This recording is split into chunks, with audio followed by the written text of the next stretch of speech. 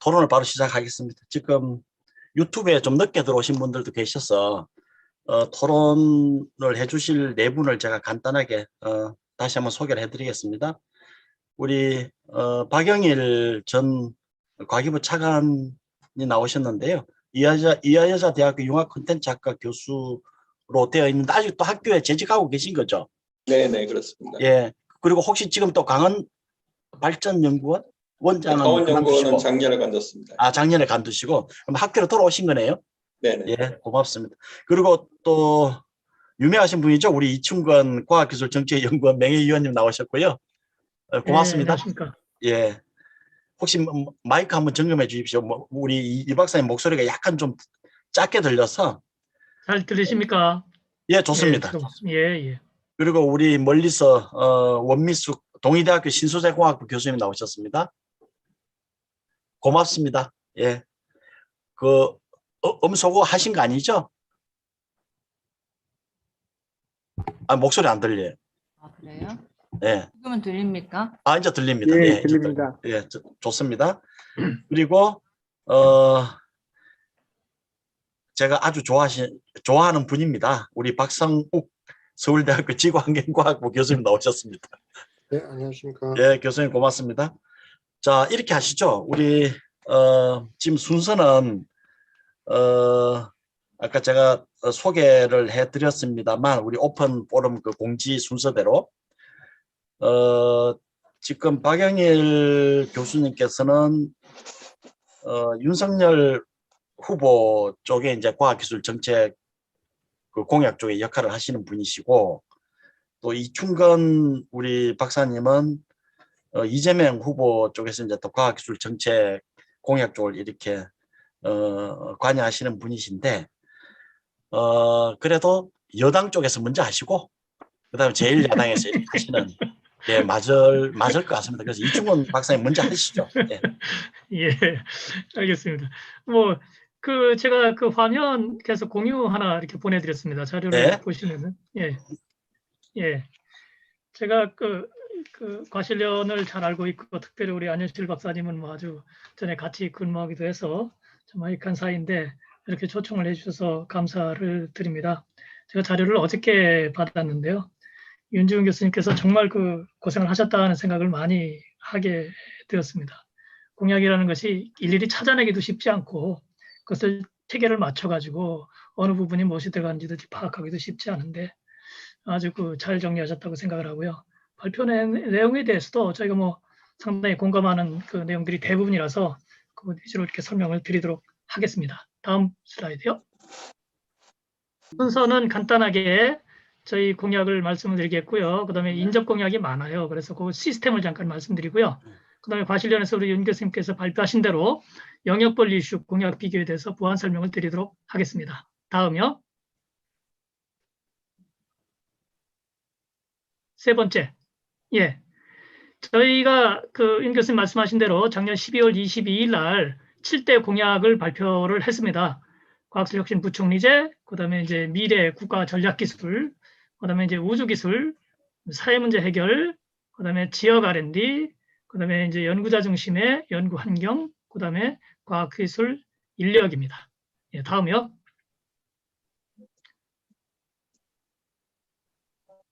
예, 인접 공약이 또 있습니다. 아마 이것을 파악하지 못하실 수가 있습니다. 그래서 이제 작년 11월 23일 날 디지털 대전환 공약을 발표를 했습니다. 여기에 이제 ICT 관련 공약들이 대부분 들어가 있습니다. 거기에 이제 디지털 100만 명 인력 양성 부분도 들어가 있고요. 디지털 주권 부분도 여기 들어가 있습니다. 산업 부분도 여기 일부 들어가 있습니다.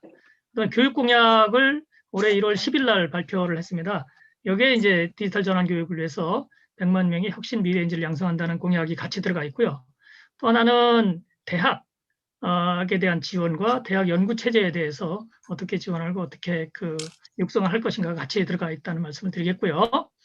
그다음에 산업 대전환 공약이 또 있습니다. 여기에 이제 주력 제조업 혁신, 그다음에 재생에너지, 탄소 중립 같은 것들이 다 들어가 있고요. 그다음에 이제 주요 핵심 산업, 그다음에 공급망 자립화, 그다음에 소부장 내용들도 들어가 있고요. 여기도 이제 산업 맞춤형 인재 양성도 같이 들어가 있습니다. 그다음에 이제 벤처 공약이 따로 나와 있고요. 여기에 이제 벤처 창업까지 이제 포함이 돼 있어서 이들에 대한 지원 방안이 같이 들어가 있습니다. 네, 에너지 대전환 공약은 작년 8월에 그 발표를 했고요. 여기에 이제 에너지 대전환을 어떤 전제 조건으로 깔았기 때문에 저희가 에너지 대전환과 디지털 대전환을 좀 미리 발표를 하고 그 뒤에 이제 내용들을 발표한 것이 되겠습니다. 그다음에 이제 그 1월 11일 날 신경제 비전을 발표하면서 여기에 대해서 좀 종합적인 그 공약을 발표하셨죠. 여기 공약에서 제일 먼저 과학기술을 그 언급을 했고 그 뒤에 이제 산업 부분을 언급할 때 산업 부분에서 제일 먼저 디지털 쪽을 또 발표를 했기 때문에 저희 그 후보의 어떤 공약에서 과학기술은 항상 선두 자리에 있다 이렇게 말씀을 드릴 수가 있겠습니다. 또 이제 최근에 들어와 가지고 국방 쪽에서 스마트 강군 쪽을 육성하고 있기 때문에 여기에도 저희 과학기술이 같이 기여를 하고 있습니다. 예, 다음.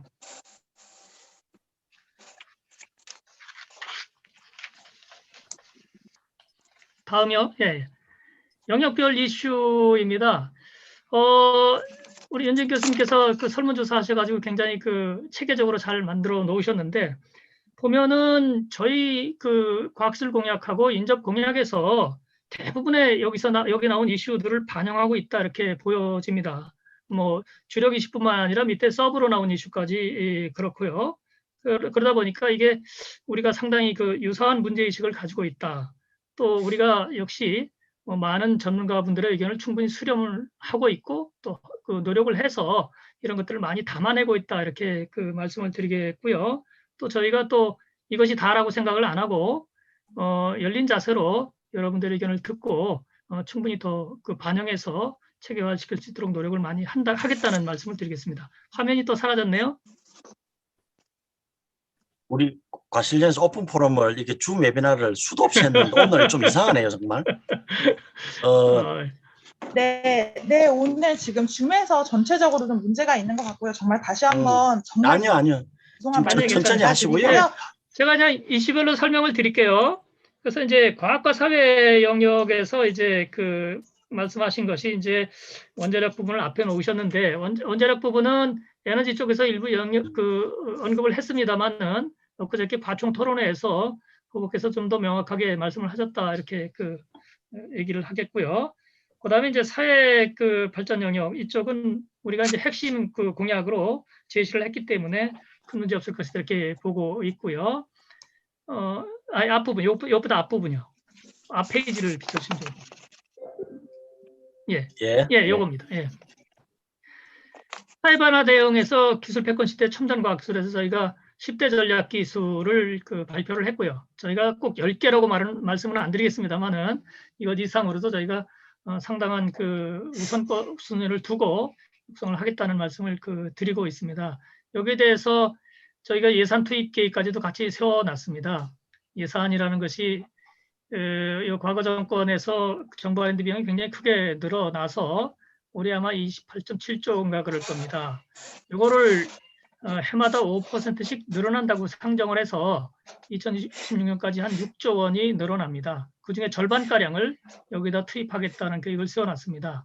이것뿐만 아니라 지금 이제 그 정부 R&D에서 좀 비효율적으로 그 집행이 되는 그 예산들을 좀 줄여가지고 이쪽으로 전용을 하고 또 민간 기업의 매칭 펀드까지 동원해서 약 5조 정도를 그 투입할 생각을 하고 있습니다.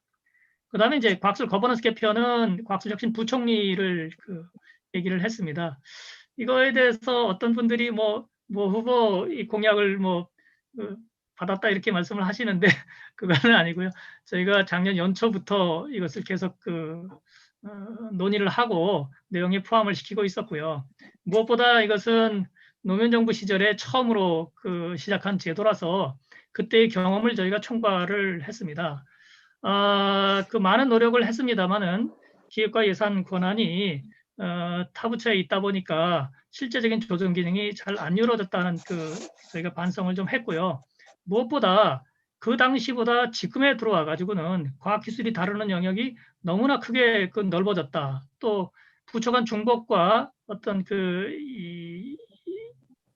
경쟁 같은 것이 또 갈등 같은 것이 너무 심해져서 이제는 이것을 조정하지 않고는 효율적인 집행이 어렵다. 또 하나는 디지털 전환이나 에너지 전환 같은 또 그런 코로나 팬데믹 같은 이런 그 전 사회에 충격을 주는 문제들이 급속하게 또 많이 늘어나가지고 이것에 종합적으로 대처를 하려면은 우리가 거버넌스를 건드리지 않으면 안 되겠다라는 그 문제의식을 가지고 있습니다. 그래서 과학술부총리제를 말씀을 드렸고요.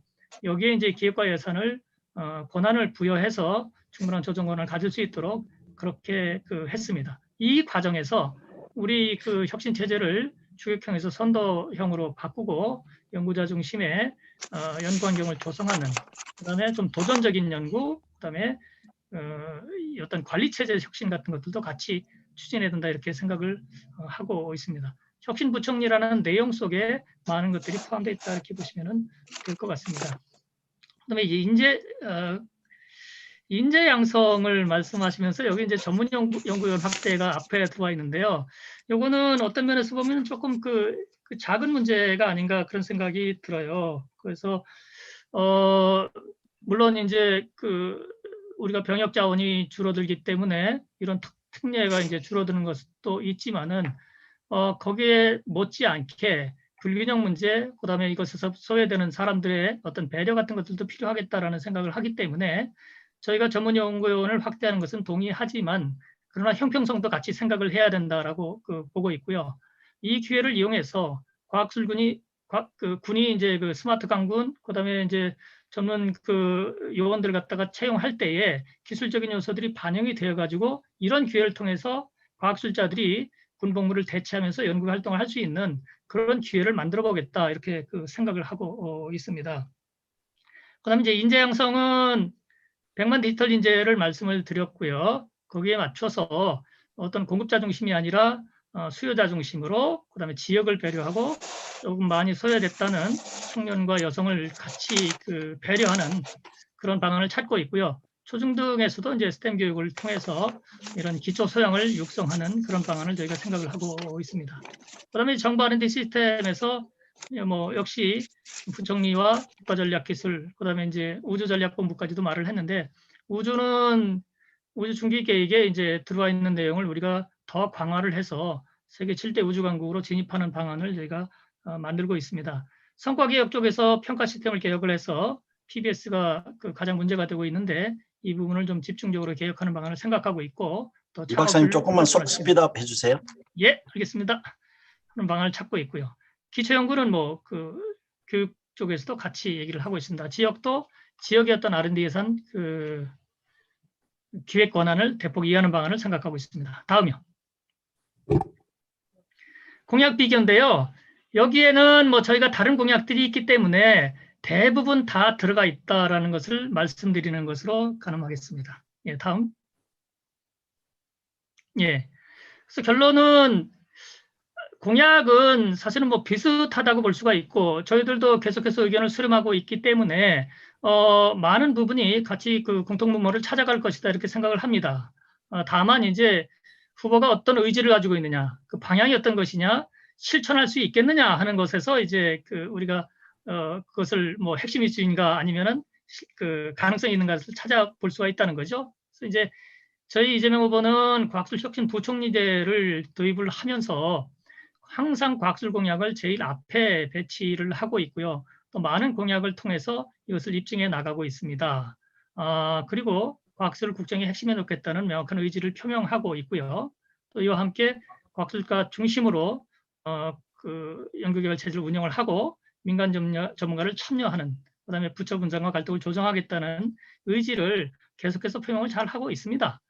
그래서 이제 엊그저께 말을 한 것처럼 인재, 자원, 정책은 진영을 가리지 않고 가장 좋은 것으로 공정하게 쓸 것이다 이렇게 말을 했어요. 그래서 이것은 합리적인 말이라고 생각을 하고 있고 저희가 열린 자세로 이렇게 하겠다라는 말씀을 드립니다.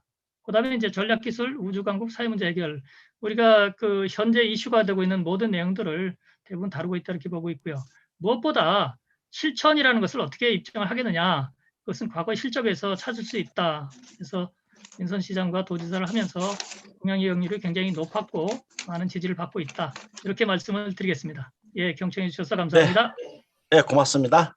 화면 중지해 주시고요. 자, 바로 넘어가겠습니다. 우리 박영일 교수님. 네, 감사합니다. 이렇게 불러주셔서 감사하고 또 이렇게 말씀드릴 기회를 주셔서 감사합니다. 사실 나오라고 할 때는 뭐 개인 입장에서 나오면 된다 그랬는데 뭐 구도가 결국 그렇게 되니까 이렇게 됐습니다만은 어찌됐든 간에 누구든 여든 야든 또 이충근 박사든 저든 여기 계신 모든 분들이 과학기술을 위한 그런 마음은 갖고 사실은 많은 이슈들이 다 이렇게 노출이 돼 있고 그리고 이 과실련에서도 이제 다 그 우선순위에 따라 정리했습니다만 이런 것에 대해서는 다들 동의하는 입장이고 뭐 방법에 있어가지고 조금씩 이제 약간씩의 차이가 있지 않을까 뭐 이렇게 생각을 하고 있습니다. 그러나 보다 효과적으로 그야말로 말씀한 대로 의지를 갖고 실천할 수 있는 공약이 무엇이냐 뭐 이런 차원에서 이제 정리를 하고 있다 이렇게 말씀을 드릴 수 있고요. 일단 이제 제가 생각하는 과학기술 공약이라는 것에 뭐 큰 이제 기본 입장은 한 4가지하고 세부적인 방향 한 6개에 대해서 간략히 말씀드리고자 합니다. 저는 이제 공약이 이 시대의 이 정신, 뭐 시대 정신, 시대를 보고서 이 공약의 목표가 좀 분명해야 된다 이렇게 생각을 하고 있습니다. 그래서 공약의 목표가 과학기술 발전뿐이 아니라 국민 모두에게 차별 없는 혜택, 보다 나은 혜택을 줄 수 있는 그러한 그 사회혁신, 경제혁신을 같이 이룰 수 있는 그런 공약이어야 된다. 이런 기본 방향을 갖고 있다는 말씀을 드리고요. 두 번째는 이 과학기술 기반의 국정 운영이라는 것이 지금 거의 모든 그 과학기술계에서의 그 키워드입니다. 그래서 과학기술 기반의 국정 운영을 기반으로 해서 4차 산업혁명의 시대에 걸맞는 제2의 과학기술 입국의 방법을 찾는 것. 이게 공약의 두 번째 기본 입장이다. 이렇게 말씀을 드립니다. 그리고 이제 많은 저희도 내부에 논의가 있었습니다만 자원이나 기술이 중요하지만 사람이 무엇보다도 제일 중요하다. 지금 여기에 역할 중인 과학기술인 그리고 진입을 대기 중인 청년이나 여성인 그리고 미래 세대 이러한 그 사람에 관한 이슈들이 제일 중요하다. 이런 이제 기본 방향을 갖고 있고 네 번째는 뭐니 해도 이제 뭐 저도 많은 그 과학기술 계획을 세우고 했습니다만 패러다임의 대전환이 제일 중요하다. 이제 앞으로의 시대는 지금까지의 패러다임하고 다르다는 것입니다. 낡은 틀을 버리고 그야말로 슬로우 사이언스, 또 R&D가 리니어하게 순차적으로 천천히 가는 것을 떠나서 우리가 그야말로 이것이 낡은 틀이 아니고 새로운 틀, 새로운 시대에 맞게 바뀌어야 되고 낡은 벽들, 전공의 벽이라든가 부처의 벽, 칸막이 이런 것들이 탈파가 돼야 되고 낡은 정책들, 그 지능과 규제가 서로 이렇게 복합적으로 막 섞여 있고 그리고 서로 차별적으로 이렇게 되고 있는 그러한 이 정책들이 바뀌어야 되고 그리고 주저주저하지 말고 우리 디지털 대전환과 같은 대변혁에 대전환에 가속화에 맞춰서 우리 패러다임도 가속적으로 유연하게 바뀌어야 되고 또 창의와 도전이 존중받는 그러한 그 시스템이 되어야 된다. 이런 큰 틀에서부터 공약이라는 것이 필요하다. 이렇게 생각을 했습니다. 저희가 이제 한 6가지로 같이 중지를 모은 것이 있는데 뭐 사실 많은 과학기술인들의 바람은 거의 똑같습니다. 사실은 뭐 어떻게 구분하고 하는 것이냐 하는 건데 크게 6가지 말씀드리면 하나, 과학기술 거버넌스 강화. 여기에 대해서는 누구나 다 동의를 합니다.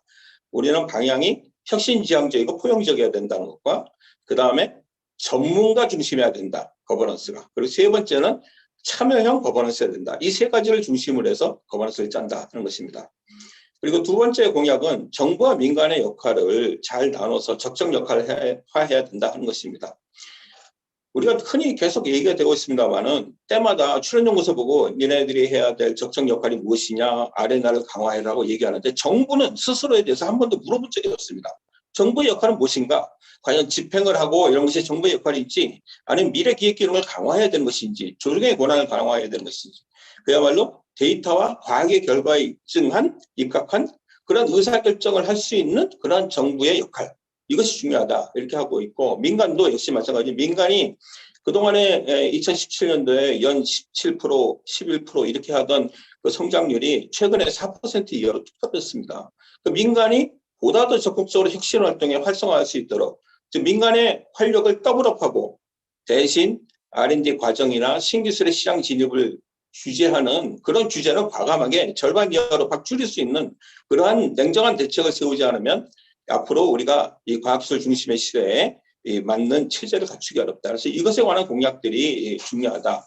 민간의 활력을 더블업하고 규제는 반으로 줄일 수 있는 공약. 이것이 중요하고 자유규제라든가 이런 것들이 강조가 돼야 된다 하는 것입니다. 세 번째는 사람이 중요하다고 말씀드렸는데 여기에는 이제 첫 번째가 이제 미래를 뒷받침해줄 혁신 인재입니다. 그래서 디지털 인재 100만 명에 대해서는 양쪽이 다 같이 얘기를 하고 있는데 저희는 핵심 디지털 인재가 IT 인력만을 얘기하는 것이 아닙니다. IT가 예를 들어 바이오든 모바일이든 여러 군데 쓰이는 모든 각 산업 분야의 첨단 제조 기술이든 다 합쳐서 50만 명을 양성을 하고 그리고 한 50만 명 정도는 전환 인력, 즉 예전에 이 전통적인 그런 그 직업군에서부터 이 시대에 맞는 전환 인력으로 50만 명 이렇게 해서 100만 명을 생각하면서 청년과 여성 인력에 대해서 현재 그 참여가 진입이 저조하게 되어 있는 그 제도를 유인 제도라든가 여러 대책을 통해서 바꾸는 이런 것에 중점을 두고 있고 이것이 이제 일자리로 이어지고 그리고 이러한 그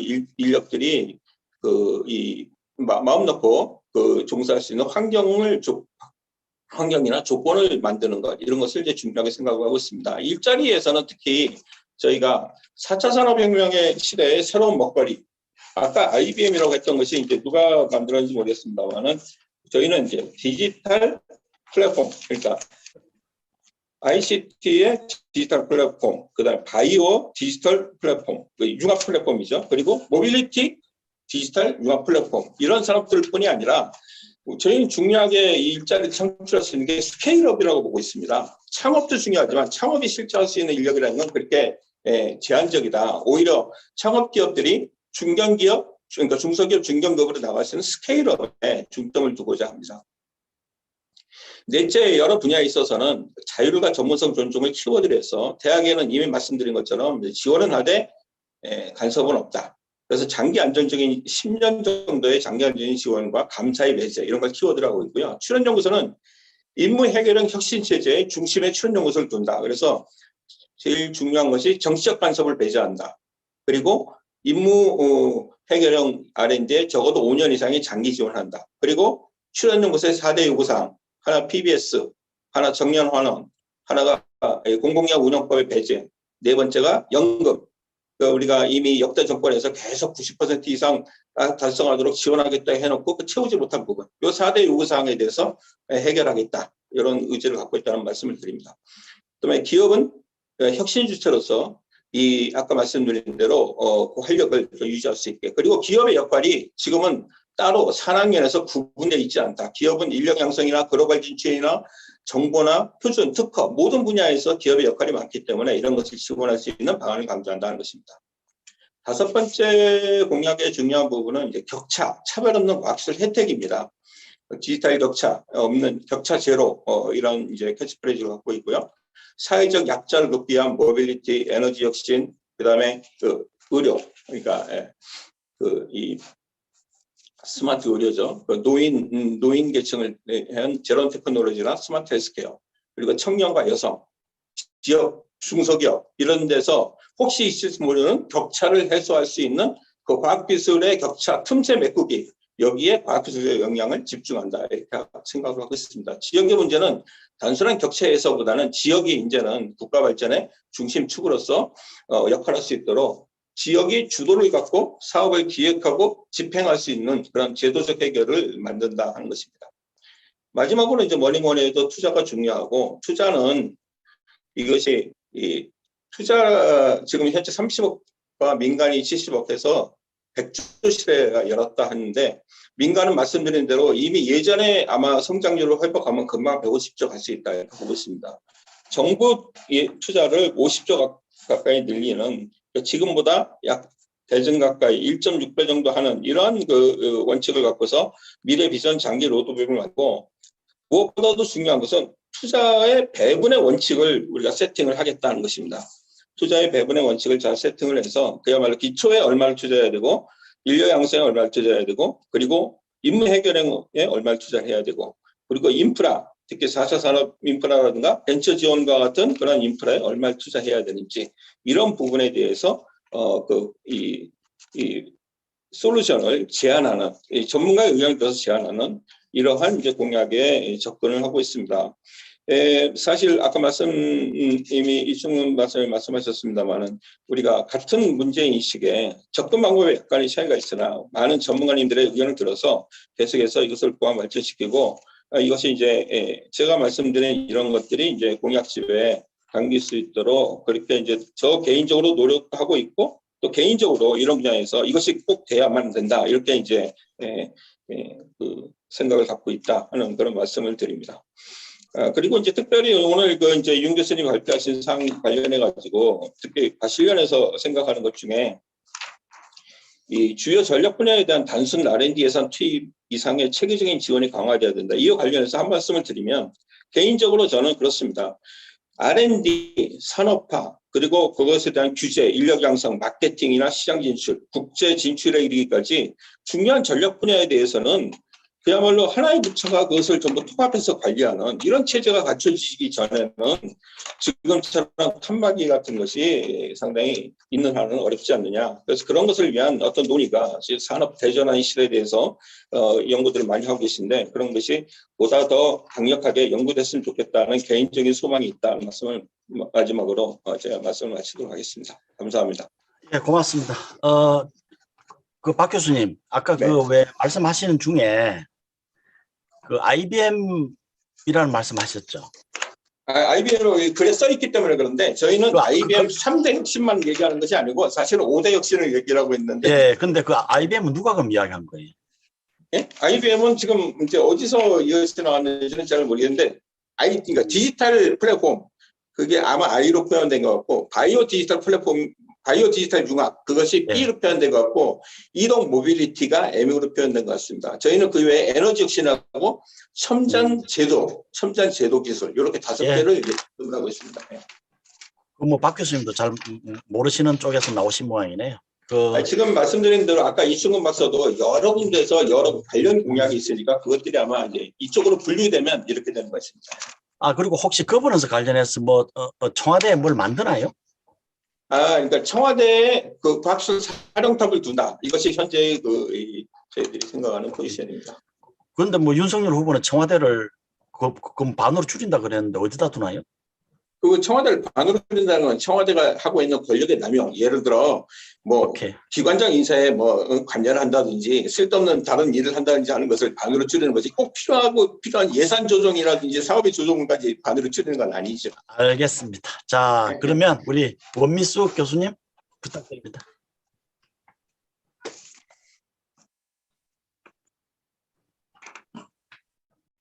화면 공유하시나요? 저는요, 항상 이 토론회라든지 뭐 이런 걸 하고 나면 끝나고 난 뒤에 좀, 할 말을 다 못했구나. 이런 생각이 좀 들어서요. 그냥 제가 생각한 거를 좀 정리해서, 물론 후보 편 아니지만 그냥 이렇게 하는 게 좋겠다 싶어서 그냥 한번 좋습니다. 해봤습니다. 윤 교수님이 며칠 전에 주신 자료에 보면 현 정부의 공약 이행도도 나와 있어요. 그래서 이제 전 열심히 공부해가지고 이행도가 얼마나 되는가 한번 봤더니 그냥 전체적으로 정한 공약 이행이 한 67%쯤 되더라고요. 완료나 진행 중. 근데 과학기술 진행 쪽은 공약 이행이 71% 정도 돼요. 그러니까 다른 부분보다 조금 더 높게 진행이 되고 있어서 좀 잘하고 있나? 근데 이제 완료된 정책 중에도 또 이제 완료 또는 진행 중이라고 하는데도 체감 효과가 굉장히 미미한 정책들도 다수 있더라고요. 그래서 뭐 특히 이제 뭐 목적 기관 지정이라든지 뭐 이런 부분, 그다음에 이제 청년 과학자 이런 친구들을 어떻게 안정적인 일자리를 주느냐는 이런 부분은 상당히 미진하지 않나. 진행되고 있다고는 되어 있는데 그런 부분이 좀 아쉽다라는 생각을 좀 했고요. 이건 중요한 거 아니니까 다음 넘어가겠습니다. 근데 이제 지금 각 후보의 공약 말씀하셨는데 실제 거버넌스라든지 정책이라든지 이런 거 굉장히 다 중요한데 저희가 지금까지 쭉 진행해 살아온 경험에서 보면 지금 이렇게 공약으로 내세운 것들이 다 과학기술 정책에 있었던 것이고 별로 되게 산뜻한 뭐 새로운 것이 있는 것은 아니죠. 그게 이제 다만 시간이 바뀌어서 이제 더 중요한 것이 뭐 기후 문제라든지 뭐 이런 것들이 나와서 거기에 더 더해지는 그런 부분이라고 생각하고요. 그러니 이 정책보다는 실제로 이 내놓은 정책들을 어떻게 잘 운영하느냐 하는, 만일에 누가 될지는 모르겠으나 국정 운영이 굉장히 중요하다라는 생각을 좀 해봤고요. 실제 과학기술 정책이라는 게 뭐 국가의 안보라든지 경제, 국민 행복 다 좌우하는 것들이니까 과학기술자들을 위한 정책이 아니라 일뿐만 아니라 국민을 위한 정책이어야 된다. 그런 생각도 좀 해봤고요.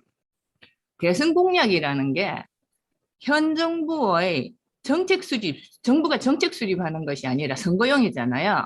그래서 선거용도 되지만 향후 집권을 했을 때 어떻게 그 정책을 잘 수행해 나가느냐 하는 부분이 있기 때문에 뭐 이게 굉장히 좋은 공약들이 많이 만들어지겠지만 이게 이제 임기 내에 어떻게 잘 할 수 있는 공약하고 또 향후 계속 지속되어야 하는 지속성 공약을 구분해서 정책 공약을 제시하면 좋겠다. 그런 생각을 좀 해봤습니다. 그리고 무엇보다도 지역 발전 공약에서 보면 뭐 지역 인재 양성이 되게 많이 내세우고 있는데 실제 지역에서 가장 문제가 되는 부분은 지역 인재가 지역에서 일할 수 있는 일자리가 있는 것이 굉장히 중요하거든요. 이런 부분이 좀 빠져 있는 것이 아닌가. 그래서 밑에 이제 요거는 이제 제가 한자로 한번 적어봤는데 공약이 공공약이 되면 안 되겠다 그런 생각이고요. 제가 빨리 해야 될 것 같아서 빨리 좀 넘어가겠습니다. 다음. 저는 제가 지역에 있는 예전에 경력 단절도 오랫동안 경험한 여성이고 또 여기에 기혼의 엄마이기도 합니다. 그리고 이제 과학기술인인데 출연연에 오랜 기간 근무했고 또 이제 제가 은퇴하고 난 뒤에 대학에 와서 근무하는 그리고 주니어이기도 했는데 지금 시니어로 살고 있는 사람입니다. 그래서 굉장히 다양한 경험을 한 사람으로서 제안을 몇 가지 해보기로 한다면 아까 말씀드린 지역과학기술 이런 부분은 실제로 좋은 일자리 만드는 이런 거 굉장히 중요할 것 같고요. 그 다음에 최근에 문정부에서 지역의 과학기술 기획평가원이 생긴 곳이 다수 있습니다. 근데 이게 시가 만들어 놓으니까 굉장히 시장이 바뀜에 따라서 흔들려요, 정책 자체가. 그래서 이런 부분을 국가적으로 지원하면 실제로 좀 독립적으로 기획 평가를 할 수 있겠다 이런 생각을 좀 해봤고요. 그 다음에 결혼 출산하기 좋은 과학기술 일터 만들기. 그냥 제가 이제 띄웠으니까 좀 보시면 되겠습니다. 그 다음에 인력 문제인데 생애 전 주기적으로 과학기술 인력 활용을 어떻게 할 것인가. 그러니까 여기는 청년이나 또 신진과학자, 그 다음에 저출산 노령화가 진행되고 있으니까 아마 과학기술 인력을 나중에 어차피 모자라게 될 거예요. 그래서 청년도 중요하고, 청년은 물론 중요하고, 시니어를 잘 활용할 수 있는 방법을 연구해야 되지 않겠느냐 하는 생각이고요. 그 다음에 전략적 자원 확보인데 실제 우리 올해 요소 문제가 있었죠. 그래서 이런 부분 너무 시장 원리에만 매몰되지 않고 전략적 자원 확보를 하는 것이 실제로 국가 산업 경쟁력 강화를 할 수 있는 부분이 아닌가. 이건 국가에서 해야 되는 일이라고 생각을 하고요. 연구시설 유지 보수에 있어서 지속적으로 이게 이제 연구시설을 무조건 만드는 것이 아니라 대형 시설을 만들어 놨을 때 유지 보수를 위한 소프트웨어를 투자하는 것이 연구장비 예산 투자 효율 증대를 할 수 있겠다는 것이고요. 마지막 4분. 네. 너무 길게 하죠? 아니요, 좋습니다. 공부 열심히 그다음은- 했습니다. 그 다음에 7번째입니다. 예, 국민의 안전과 행복을 위한 공공기술 개발. 이게 이제 실제 출연연이 하는 일인데, 실제로 이제 개인들이 할 수 없는 인류 공동 문제라든지 감염병, 사회적 난제 이런 것, 그 다음에 대형 연구시설 구축 운영 이런 것들을 거대과학 기반시설 이런 것들이 있는데 출연열이 실제로 연구를 잘하려면 아까 박영일 차관 말씀하셨는데 연구인력 확보 이게 굉장히 우선되어야 합니다. 그래서 이런 부분에 대한 고민을 좀 해주셨으면 하는 거고요. 이제 마지막 건의 부분인데 기후 변화, 그다음에 탄소 중립 이 굉장히 이제 중요한 현안 문제죠. 그런데 다 좋습니다. 과학적 기술적 접근으로 과학 기술적 접근도 굉장히 중요한데 실제로 이런 게 이루어지려고 하면 국민 공감대가 형성되지 않으면 굉장히 해결하기 어렵다라는 것이 저희들이 느끼는 부분이고요. 그래서 이것을 과학 문화 확산을 통해서 이 정확한 과학적 자료를 제공하고 또 국민들한테 이렇게 함께 생활함으로 해서 이걸 좀 풀어가는 부분이 있어야 되지 않겠느냐. 그다음에 또 이제 기후 변화, 탄소 중립 이 부분에서 지금까지 우리가 이제 석탄 발전 이런 게 다 없어져야 될 거예요 아마. 그래서 회색 산업이 녹색 산업으로 이제 전환이 되면 일자리는 어떻게 만들어갈 것인가 물론 다 고민하고 계시겠죠. 그래서 이런 부분이 좀 제 눈에 안 보이는 것 같아서 이 부분에 대해서 말씀드렸습니다. 다음 페이지. 네, 넘어가. 좀 넘겨주세요.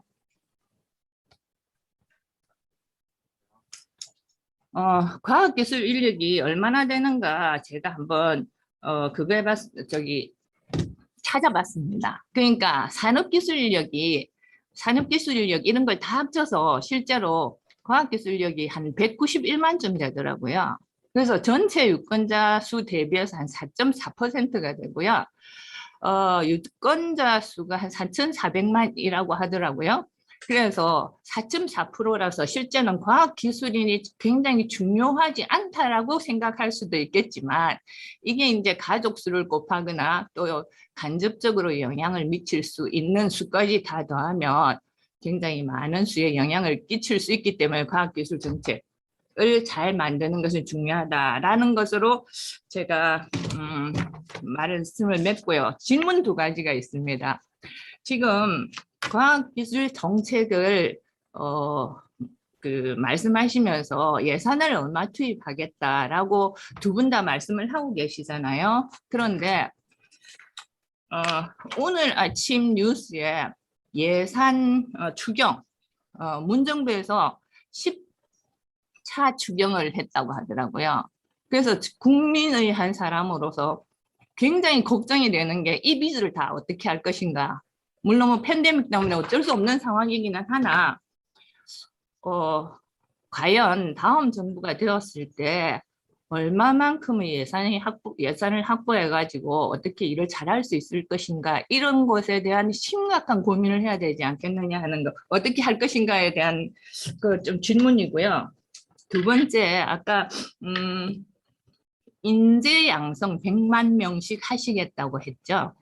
이것의 구체적인 어떤 수를 어떻게 만들어내셨는지 이거 질문을 하면서 마치겠습니다. 감사합니다. 알겠습니다. 어렵다고 죄송합니다. 아니요, 원 교수님 수고하셨고요. 너무너무 알찬 내용이고 사실은 마이크로한 그런 부분들이 실제로는 체감적인 정말 중요한 어떤 그런 컨텐츠입니다. 예, 우리 또 가실령이 지향하는 바이기도 하고요. 감사합니다. 박상욱 교수님. 네. 지정 토론이요. 네. 사회자님, 이게 참 어떻게 토론을 하라는 말씀이신지. 그냥 우리 오늘 우리 윤지영 교수님 발제 들으시고 그러니까요. 또 앞에 여야 이렇게 또 정책 관여하신 우리 전문가분들의 또 토론을 들으셨으니까 뭐 라운드업 한다는 의미로 이렇게 교수님의 팽소 지론을 설파해 주십시오. 예, 부담이 너무 큰 것 같습니다. 사실상 발제가 4개 있었던 것과 같습니다. 선생님도 발제를 해주셨고 3분 토론자도 공약 발표 그리고 거실련의 대선 공약을 제안을 해주셨습니다. 그래서 발제 4분에 대해서 제가 토론하는 그런 기분입니다. 지금. 좋습니다. 예. 일단 주요 후보들의 과학기술 공약이 나오고 있는데 크게 봐서는 대동소이하다라고 말씀을 드리고 싶습니다. 과기 거버넌스 강화, 우주전담 조직, 연구개발 투자 강화, 또 뭐 전략적인 연구, 또 인재에 대한 강조, 또 뭐 여야 할 거 없이 포용적 과학기술, 사회문제 해결, 에너지 전환 대응 등등 상당히 비슷합니다. 사실은 이제 과학기술 정책이 뭐 그 이념적으로는 기본적으로 중도가 아니겠습니까? 부국강병이 기본적인 지향이 되다 보니까 또 최근에 미중 간 기술 패권 경쟁 등 또 감염병 상황 등 거시적인 정책 환경이 너무나 강력하다 보니까 각 당에서 차별화된 공약을 만들기는 쉽지 않은 상황입니다. 그래서 비슷비슷한 가운데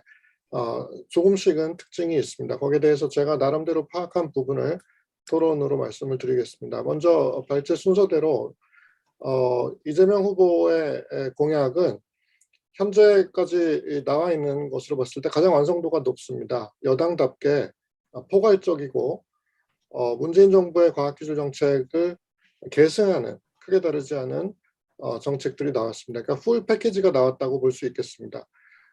최근에 여성가족부 또 산업부 등에서 연속으로 크게 경고를 먹으면서 지금 부처하고 밀접하게 관련 있는 싱크탱크들은 공약 작업을 못 해드리고 있습니다.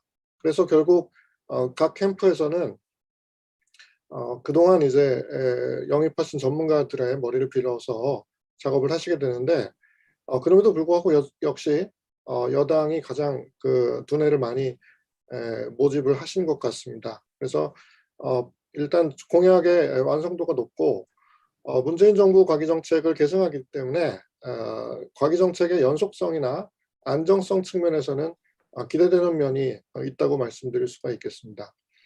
그러면서도 성격은 그러니까 진보적인 과학기술 정책의 성격, 그리고 또 포용적인 성격이 있는데 특히 지역 R&D를 1조까지 하겠다라고 하는 부분들은 분권이라든지 균형 발전 측면에서 상당히 고무적인 공약이라고 생각이 됩니다. 그런데 이제 또 그 여당의 어떤 주류랄까요? 이런 부분하고 또 후보가 꼭 결이 맞는 건 아니죠. 그런 측면에서 실용적인 공약들도 눈에 보이는데 특히 어떤 진보 진영에서 잘 얘기하지 않는 어떤 뭐 패권적인 그런 지향들, 세계 5대 강국이 되겠다. 또 기술 주권이라는 말이 우리한테 합당한데 기술 패권이라는 용어를 사용하고 계시고 또 스마트 강군 같은 그런 상당히 실용적이고 어찌 보면 보수의 슬로건과 같은 그런 공약들이 포함되어 있다는 점은 특징적입니다. 과기 부총리제를 이제 강하게 말씀하고 계시는데 이게 구체적인 그림은 없어요. 현재의 과기정통부를 단순히 부총리로 격상하시겠다는 것인지 아니면 1호 공약인 디지털 전환 공약에 따라서 국가디지털위원회와 같은 별도의 전담 조직이 나오거나 또 기후에너지부와 같은 그 부처를 신설하는 경우 산업부의 에너지 차관실을 이제 떼어가야 되는데 그런 어떤 디지털 전환과 기후에너지부 추진과 연계하여 현재 과기정통부가 어떻게 바뀔 것인지 말하자면 과기혁신부총리의 과기혁신부는 어떤 기능들로 구성되는 것인지 그림 자체는 없습니다. 근데 지금 유축한데 디지털 전환 전담 부처가 생기고 행정위원회가 됐든 부처가 됐든 생기고 기후에너지부가 생긴다면 결국 부총리라는 사이즈를 유지하려면 3차관 정도가 나와야 되는데 최소한 그렇다면 현재 과기부 1차관 그리고 혁신본부 아마도 산업부의 1차관실까지 생각을 하시는 건지 그건 질문을 좀 드리고 싶습니다.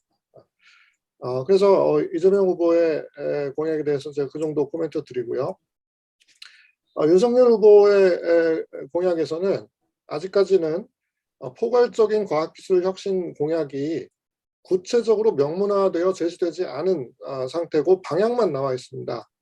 오늘 박영일 교수님께서도 여러 가지 이제 상당히 구조화된 말씀을 해주셨지만 여전히 방향에 해당하는 말씀들이 많았습니다.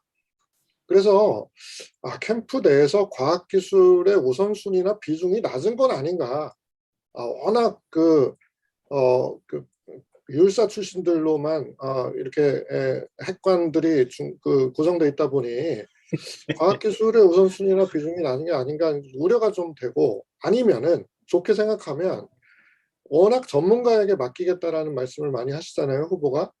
그래서 근데 지금 보면은 김창경 전 차관이나 박영일 교수님처럼 전문가들이 거의 뭐 일당백의 전문가들이 지금 캠퍼스 상층부에 포진하고 계시단 말이에요. 그럼 어떤 일단 분이라고요? 김창경? 네네. 어떤 분이죠? 교과부 차관 하셨던 분이요. 한양대. 그분하고 박영일 차관하고 비교하시면 안 되죠. 두 분이라고 했습니다. 비교는 아니고요. 그냥 엮었습니다. 죄송합니다. 네. 그래서 일단 당선이 되면 인수위부터 해서 이렇게 준비된 전문가들이 딱 잡고 일임해서 과학기술 혁신 정책을 끌고 나가실 것인지, 그래서 지금 구체적인 공약이 일단 필요가 없는 게 아닌가, 워낙 선수가 포진돼 있으셔서 두 가지 측면 중에 하나일 것 같습니다. 아니면 둘 다일 수도 있고요. 과학기술 거버넌스에 대해서도 이제 여러 가지 강화된 말씀을 해주셨는데, 이 OSTP 모형을 청와대에 구현하시겠다라는 부분들은 우리나라 실정하고는 조금 다르지 않는가 생각이 됩니다. 그러니까 일단 청와대 과학기술 전담 조직은 사업 집행은 당연히 못하고, 또 과학기술 예산 조정을 하는 혁신본부 기능을 가져갈 수가 없거든요. 지금 혁신본부가 과학기술 예산의 종합조정을 하는 것은 기재부가 그 기능을 위탁해서 맡기고 있기 때문인데, 청와대는 그런 부처의 역할을 할 수가 없죠. 그래서 어떤 컨트롤 타워를 청와대에 설치하신다는 것인지, 그 경우 기존의 종합조정 같은 역할을 하고 있는 과기혁신본부와의 역할 설정은 어떻게 되는 것인지, 또 부처는 전혀 안 건드리시는 것인지 최소한 한 2년 정도, 거기에 대해서는 질문을 드릴 수밖에 없고요. 전반적으로 디지털 플랫폼 정부를 뭐랄까요, 이렇게 선언적으로 밀고 나가시면서 아무래도 참여적이고 전문가 중심으로 가는, 그래서 어찌 보면은 만약에 윤석열 후보가 집권을 하게 된다면 과학기술 혁신 정책은 정책 전문가들이 굉장히 약간 힘을 받을 수 있는 구조가 아닌가, 이런 생각이 좀 듭니다. 그러니까 여기서 제가 정책 전문가라고 말씀드리는 사람들은 이공계의 현장 연구자하고는 조금 구별되는 분들입니다. 경제 관료나 그 정책 연구를 주로 하시던 분들이 과기 혁신 정책을 끌고 나가실 가능성이 있다, 이렇게 생각이 되는 부분입니다. 안철수 후보 진영 캠프에서는 오늘 나오시지는 않았는데 거기에 대해 짧게 코멘트 하겠습니다. 안철수 후보 공약은 제가 분석을 해보니까 이재명 후보 공약하고 상당히 가깝습니다. 그런데 안철수 후보는 자기가 원본이라고 주장을 하고 있습니다. 이재명 후보가 뵙겠다라고 주장을 하고 있고, 안철수 후보는 후보 본인을 과학기술인으로 인식하시는 것 같습니다. 그래서 안철수 후보의 과학기술 정책 공약은 과학기술계의 소망성이 중심에 있습니다. 그런데 실제로 과학기 정책을 펼쳐나가려면, 만약에 집권을 하게 된다면 과학기 정책 전문가들의 견해와 절충이 필요해 보입니다. 너무 현장 연구자 중심으로 의견을 공약 정책으로 펼쳐나가는 게 또 반드시 바람직한 것은 아니거든요. 그래서 조금 더 현실성이 있어야겠다라는 생각을 하고 있고, 안철수 후보의 공약에서는 초격차 전략을 펼쳐나가겠다라고 하는 부분이 상당히 눈에 띄는 부분이고요. 왜냐하면 우리나라 정부가 그동안 어떤 산업 기술이 정부의 프로모션에 의해서, 정부의 R&D 지출에 의해서 잘 진행이 돼서 세계 선도 그룹에 도달하면 우리나라 정부는 꼭 이렇게 생각합니다. 이제 지금은 우리가 세계 선도지만 중국이 우리를 곧 추월할 거야. 그러니까 이건 사양 산업이야. 우리는 슬슬 발을 빼야 돼. 포기할 거야. 그러면서 R&D를 안 해요. 정부 R&D를. 삼성, 현대, LG가 더 잘하니까 우리는 안 해. 그러니까 결국은 디스플레이처럼 넘어가는 겁니다. 넘어가는 걸 우리가 도와주고 있어요. 배터리도 지금 그러고 있는 중이고, 반도체도 뭐 언제 그렇게 될지 모릅니다. 그런데 이 초격차 전략이라고 하는 것은 지금 잘하고 있는 산업 부문의 기술 개발을 더욱더 열심히 해서 격차를 유지하거나 벌려나가야 된다는 것이거든요. 이런 부분에서는 오히려 안철수 후보의 초격차 전략을 다른 후보들도 채용해 주시기를 저는 바랍니다. 그리고 안철수 후보 공약에서는 얼마 전에 상향 조정한 NDC를 낮추겠다, 재조정하겠다는 공약이 눈에 띄고, 원자력을 굉장히 강조하고 있는 부분들이 눈에 띄는데, 특히 이 원자력 부분에 있어서는 이재명 후보의 경우는 실용적으로 접근하겠다라고 엊그저께 토론회에서 발표하셨습니다만은 명시적으로 뭐 늘리겠다라고는 당연히 얘기 안 하죠. 근데 안철수 후보는 SMR 중심으로 원자력을 끌고 나가겠다, 또 계속 사용하겠다 이렇게 얘기하고 있는 점, 이런 부분들은 상당히 과학기술계의 의견이라고 볼 수 있는 공약을 발표했습니다. 그리고 공통적으로 새 주요 후보에서 공통적으로 아쉬운 부분은 아무래도 이 득표에 도움이 안 될 만한 부분들은 공약에 안 들어가 있다는 것입니다. 대표적으로 출연료를 어떻게 할 것이냐. 현재 이 출연료이 80년대 이후 변화가 없어서 과거의 산업 부문에 맞춰져 있고 또 현재 에이전시화 돼가고 있고 이런 부분들을 출연료를 뭐 법인 통합이라던가 대학하고의 연계를 강화한다던가 개혁할 일이 많은데 출연료에 대한 공약이 빠져 있습니다. 또 대학의 역할 변화, 대학 연구의 확대, 강화 이런 부분에 대해서도 공약이 보이지 않는 것은 인재 양성 외에는 공약이 보이지 않는 것은 다소 아쉬운 부분이 되겠습니다. 그래서 사실은 저는 종합해서 마지막 문장을 말씀을 드리자면은 이 세 후보의 공약을 다 섞어서 정리를 해서 합본으로 만들면 좋을 것 같다는 생각이 듭니다. 다 일장일단들이 있는 공약들이어서 최근 대선에서 이렇게 뭐 지난번에는 과기 정책이 사실은 뭐 전혀 관심이 없이 급히 대선이 진행됐으니까요. 이번에 이렇게 무려 3명의 후보가, 물론 안철수 후보는 현재 뭐 어떤 그 정당이라는 측면에서는 1, 2번 후보에 비하면 훨씬 더 그 정치적인 세력이 크다고 볼 수는 없지만 과기 정책이라는 측면에서는 상당히 완성도 있는 공약을 내놓고 있기 때문에 과기 정책에 있어서는 이재명 후보, 윤석열 후보, 안철수 후보의 공약을 우리가 이렇게 함께 펼쳐볼 수 있게 돼서 좀 다행이다라고 생각이 되고 향후에는 이 세 후보의 공약들을 종합해서 차기 정부의 정책과 국정과제로 만들면 좋겠다는 기대를 하게 되었습니다. 네, 이상입니다. 예, 고맙습니다. 우리 역시 우리 박상욱 교수님은 존경하지 않을 수가 없습니다. 굉장히 좋은 코멘트를 해주셨고요.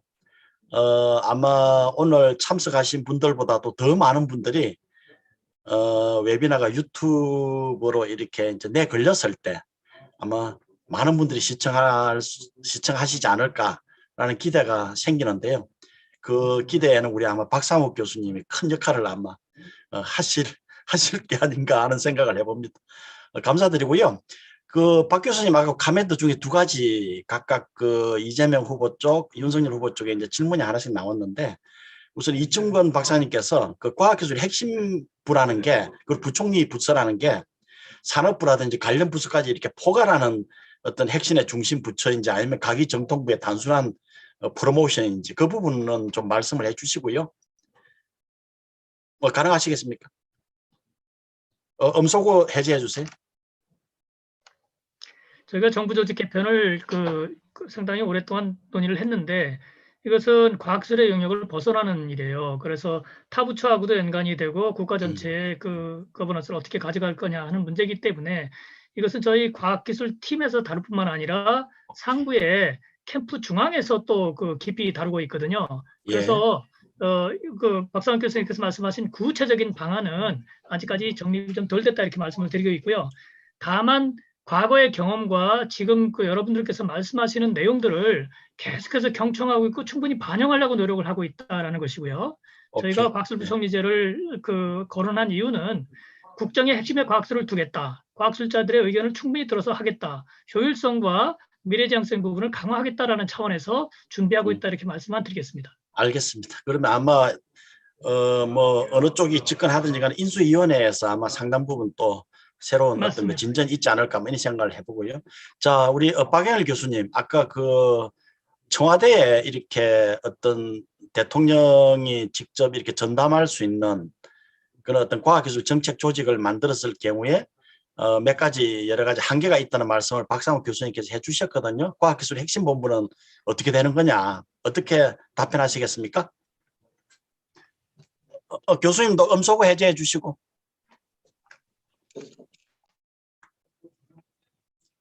아니요, 박 교수님 음소거 해제해 주셔야 돼. 거버넌스 먼저 답변을 드리겠습니다. 예. 예. 거버넌스는 아까도 말씀드렸지만 제가 이게 조직의 문제가 아니다 하는 것입니다. 실질적으로 예산과 계획과 법령에 조정이 될 수 있는 거버넌스. 그리고 대통령 이제 지난 12월 20일에 과청에서 분명히 말씀하셨습니다. 전문가에게 맡기겠다. 전문가를 중용해서 하겠다. 그리고 대통령이 책임진다. 이것에 맞는 거버넌스라는 것입니다. 그래서 이 거버넌스는 아까 말씀드린 것처럼 전문가 중심이고 그리고 참여가 전제가 돼야 되고 일반 국민의 참여, 전문가의 참여, 그리고 과학기술인의 참여, 그다음에 혁신을 포용적으로 전체를 지향할 수 있도록 돼야 된다 하는 것입니다. 그래서 이제 아까 말씀드린 그 세 가지 기능이 확실히 될 수 있도록 그렇게 거버넌스를 짜야 된다. 이게 OECDP처럼 가는 것이 가능한 것은 옆에 OMB가 있기 때문에 가능한 것이었잖아요. 뭐 잘 아시는 것처럼. 그렇죠. 그와 유사하게 이런 것이 갖춰지지 않으면 소용이 없다. 그리고 정부의 부처라는 것이 계획과 조정과 집행과 이런 것이 한꺼번에 섞여 있고 그리고 정부 거의 모든 부처가 관련된 기능이 전부 한 군데 모여 있고 이런 것은 상당히 어렵다. 더더군다나 앞으로 이것이 어떤 플랫폼 정부가 된다 그러면은 다른 차원에서도 해결할 수 있다 하는 것을 기본적으로 틀에 갖고 있다 이런 말씀을 드리고요. 물론 저희도 지금 아까 이충훈 박사님 말씀한 대로 계속해서 좋은 방안에 대해서 관여를 하고 조직의 형태를 딱히 상정하고 있는 것은 아니다 하는 것입니다. 그리고 오미숙 박사님 말씀하셨는데 우리가 100만 원 어떻게 양성할 거냐 제가 아까 말씀드렸습니다. 50만 원 양성하고 50만 원 전환. 그러니까 직업이 4차 산업혁명 때문에 직업이 이룰 수 있는 사람들을 이런 디지털로 전환한다 해서 9개 분야를 저희가 지능형 반도체, IoT, 빅데이터, 뭐 AR, VR, 스마트 의료에 이르기까지 첨단 소재 디스플레이 해서 9개 분야를 해서 구체적으로 어디는 8만, 어디는 12만 이렇게 계획을 세웠다는 말씀을 드립니다. 알겠습니다. 두 분 답변 감사드리고요. 여성가족부 폐지는 확실하게 이렇게 말씀을 하셨는데 이 과기 쪽의 거버넌스는 아마 굉장히 더 많은 논의가 필요해 보이는 것 같고요. 인수위원회에서 아마 굉장히 좀 다듬어지지 않을까 하는 생각을 해봅니다. 과실련에서 뭐 바라는 바가 있다면 그 거버넌스가 어떻게 보면 지난 정부들 하고는 좀 차원이 다르게 단순히 뭐 이런 그 노무현 정부의 뭐 부활이라든지 또는 뭐 이명박 뭐 박근혜 정부의 어떤 그런 부활이라든지 어떤 그런 차원을 뛰어넘는 정말 4차 산업혁명을 이렇게 이끌어갈 수 있는 어떤 그런 플랫폼이 좀 꾸려졌으면 하는 게 저희들 바람입니다. 두 분이 계속해서 이렇게 좀 힘써 주시기를 바라고요. 기대합니다. 오늘 어떻습니까? 우리 발제자분들, 토론자분들 이렇게 허심탄회하게 다 말씀을 해주신 것 같고요. 우리 회원 여러분들 뭐 들어오셔서 이렇게 다 보셨을 텐데 의미 있는 시간이 되었으면 하는 그런 바람입니다. 우리 마지막으로 한은미 대표님의 말씀을 듣고 제가 마무리를 하겠습니다.